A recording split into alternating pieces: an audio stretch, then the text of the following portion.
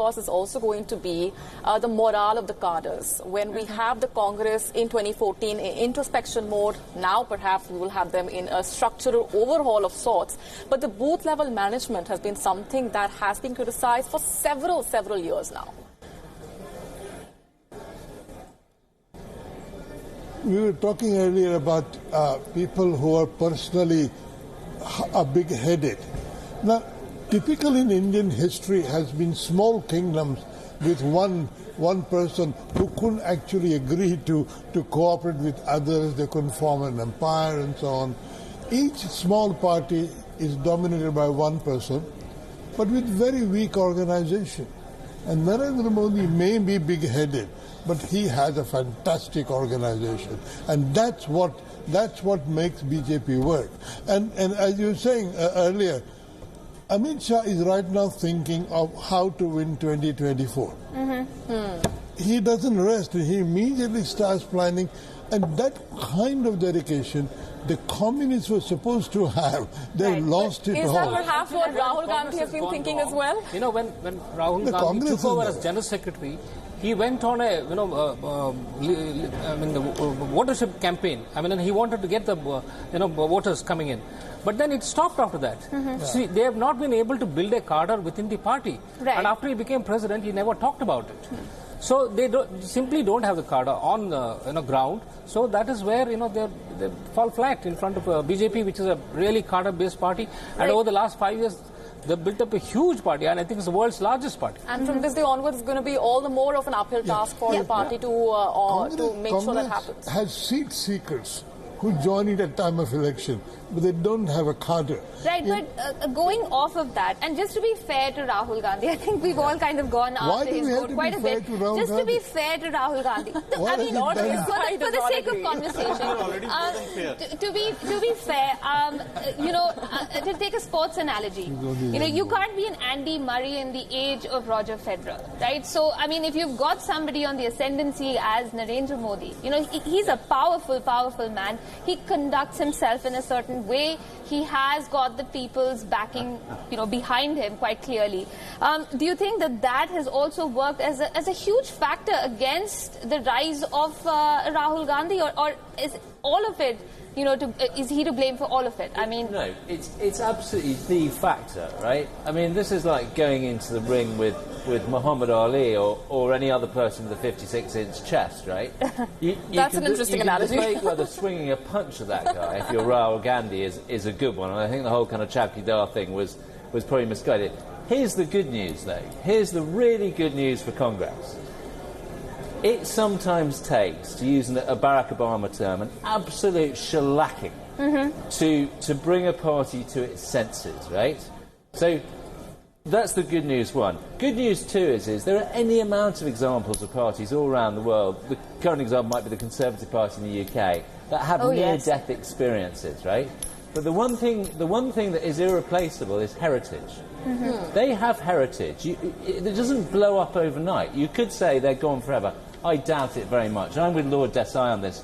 But the best thing, in a darkest before dawn type metaphor, this may be the best thing that's happened. But Andy Murray is really good at tennis. And he works really hard at it. I know he does. Is Rahul Gandhi really good at leading a political party? But what about a comeback, for example? Yes, I mean, there's been an opportunity for Rahul Gandhi to sort of revive the fortunes of the BJP. And many would say his campaign through the course of this election also has seen many ups and downs, and perhaps towards the fag end had improved. But that's, of course, something that will be questioned.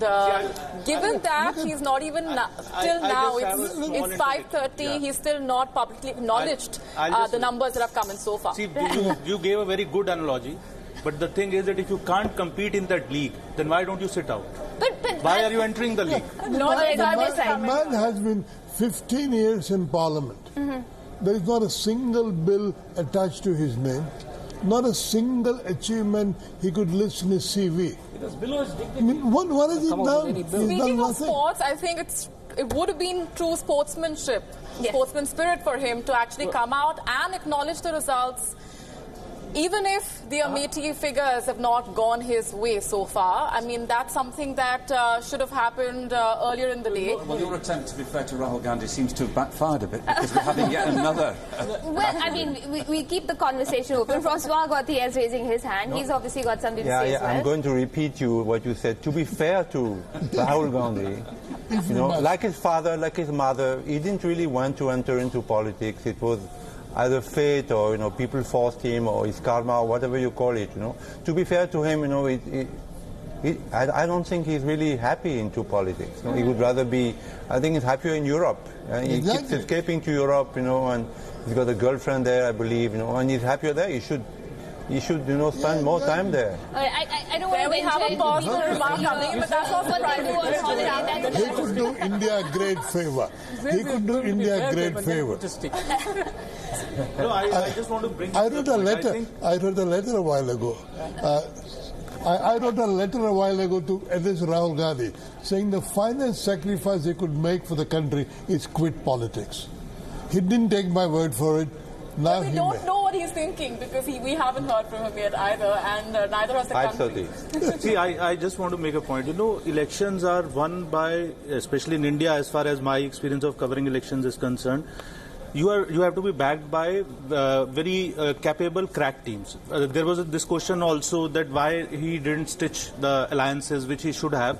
You need to have people who have got, the pulse on the ground, what is happening. And for that, you need people.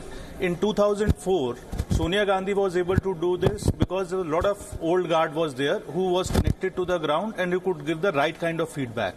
But Rahul Gandhi's team and Priyanka Gandhi's team, whatever this is, I think there is a problem with that core team also. Okay. I think they need to look at that. BJP, you look on the face of it, you have Modi and Amit Shah, but there's a lot of groundwork. There's a lot of work which goes on, behind this thing. They don't go out to stitch the alliances. They get the feedback. There's a lot of back and forth things which go. That is not happening there. And another small point which I want to make is, what did Amit Shah do after BJP came to power? He took up three things. One is that he ran a BJP membership campaign immediately, which brought about 11 crore membership. Second thing, which people do not know much about, is he gave instruction to all the BJP guys that we have to have a BJP office in every district of the country with a proper building, infrastructure, professionally deployed staff on salaries. Right. So that it doesn't happen that one district president goes and the office is shut down. And the third thing which he has done is he has met individually every district president of the BJP across the country, so more than once. Can you imagine a district president going and meeting Rahul Gandhi? I don't think so that is possible. Okay. The Congress being late to the game, late to the party, and perhaps wasting crucial time is something that we have been discussing. Mr. Upadhyay, do you think that was on one hand one of the factors that did not really work out for the Congress? The Nyaya scheme, for example, was a bit of an afterthought. A lot of these issues that the Congress put forth, it was a whirlwind of sorts. First GST, then demonetization, then Rafale, and the emphasis that was laid on the Chaukidar Chor Hai campaign. It was a confused message of sorts that came in, and the very fact that perhaps the Congress could have upped the ante on all of these issues a whole lot earlier. I think they just didn't think through, what should be the campaign, how it should, be carried out. I think he was just making off-the-cuff remarks here and there. And then he kept on repeating Chaukidar Chor Hai. Okay, one time, two time, you can say that. But beyond a point, people will ask questions. See, this whole deal was about 59,000 crores. Okay, he kept saying that Modi put 30,000 crores into Anil Ambani's pocket. In a deal of 59,000 crores, how can you put 30,000 crores into one man's pocket? Where is the aircraft going to come from? If one man walks away with 30,000 crores, these are the silly things that they did. Mm-hmm. So even the Nyaya campaign, you see, they came out so late with that, people would just believe it. They can't take it. What did they do for 65 years? If they're going to give Nyaya now, have they been doing Anyay all this while? Mm-hmm. No, that's the kind of question, I think. So I think that we've spoken of this, whether or not they were late to the party, as Molly said. But Francois, also, in addition to what you wanted to bring up. Rafale, because I'm a Frenchman and the Rafale is made in France. Sure, yes. We need some secrets. No, the Rafale was very negative because the impression that I got is that Rahul Gandhi damaged the Rafale deal, that the army, the Indian army, which needs, they need more than aircraft, and it's a very good plane, it's a very good aircraft. So it damaged them because it delayed the delivery. The French are very confused now about India, whether India is going to buy or not the Rafale. So it did a lot of damage. And this was perceived badly by the people of India, that this man, is damaging, our army is going to suffer because of what this man says. And national security, was a key plank for the BJP in this election. And of course, the Balakot airstrikes, the surgical strikes in the past. Andrew, if we are to talk about missteps for the BJP, if there were any at all, the fielding of Pragya Thakur. From Bhopal, she has, from what I understand, it's a win for her. Digvijay Singh has lost. Former Chief Minister, he missed voting, which was also, something that he was hauled over the coals for. Was that a misstep, you think, by the BJP? It has to be. They chose Pragya Thakur because of who she was and what she represented, and to say to the hardliners, there is a place for you within the BJP. And it backfired very badly because they ended up apologising for virtually everything that she said. But when the Prime Minister has to repudiate one of their most high-profile candidates, there is clearly a big problem. She's won. Congratulations to her. But I think it's a victory which is, in a sense, Pyrrhic for the BJP because of the damage to its reputation and the perception it's given that the BJP is willing to be a home for people whose views are well outside the mainstream. Right, and the BJP's perception amongst the people also of being less tolerant for loose cannons than perhaps the Congress is. So do you perceive... Which people you're talking about? You have seen the result? Certainly. Can I say something? Let me complete. With the perception people have about the party. Just because she has won in Bhopal doesn't mean that... I'm coming to that. See, doesn't mean that the entire country accepts what the BJP has done. She might have won there. They fielded Pragya Thakur because they wanted to position her as a victim of the false bogey of Hindu terror which was created during the UPA regime. Right. That has been a stand of the BJP. So that was a false bogey, and in continuation of that, they fielded her. Now, when they fielded her, they should have basically prepared her better for that. They should have tutored her or whatever, told her the statements which she made, they definitely did a lot of damage to BJP and BJP's image also. And in days to come, and earlier also, it has happened with people like Giriraj Singh, with people like Sakshi Maharaj.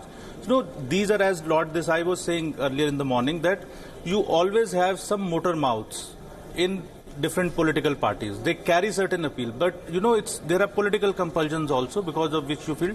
And this was the plank which BJP wanted to. They sent a message to their core voters that we are sticking to our ideological core. Now, partly that misfired also. I agree with that.